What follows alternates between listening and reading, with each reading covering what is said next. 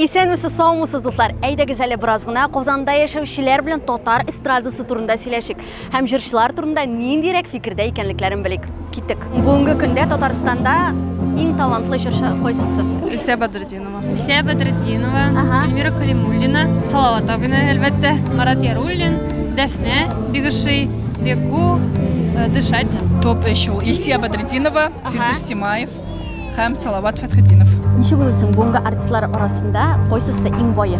Фирдус Тимаевтыр. Аның җырларын яшьләр дә, олы яшьтәге кешеләр дә тыңлый. Аның концертларына йөрүчеләр күп. Топ 3 яратып бетермәгән җырчы бармы? Юк, алар юк. Кайсы җыры шамадан тыш бүгенге көндә популяр, ләкин сез аны яратмыйсыз? Татарча? Иә.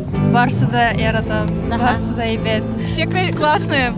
Все песни, да, есть. Кайсы артистны туйыгызга чакырыр идегез? Тимаевна. 1 миллион сораса. Бирерим. Әгәр дә сиңа берәр хайп ясарга кирәк булса, кайсы артистны сайлар идең? Эльмира Нагимова. Әгәр дә татарча Евровидение булса, безнең артистлардан кемне җибәреп була? Решат Тахватуллин мне подсказывают. Но аның тавышы бик көчле. Нигәдер ул килде беренче, но әлбәттә алар бик күп. Әгәр дә киңәш кирәк булса, кайсы артистка шалтыратыр идегез? Илсия Бадретдинова. У меня шундай яшый. Ул шундай менә ничек инде, мудрый. Һәм ничек уйлыйсың, бүгенге артистлардан кайсын 100 елдан соң да искә алачаклар? Әйдә топ 3. Илсия Бадретдинова, Ага. Гүзәл Уразова, Марат Яруллин,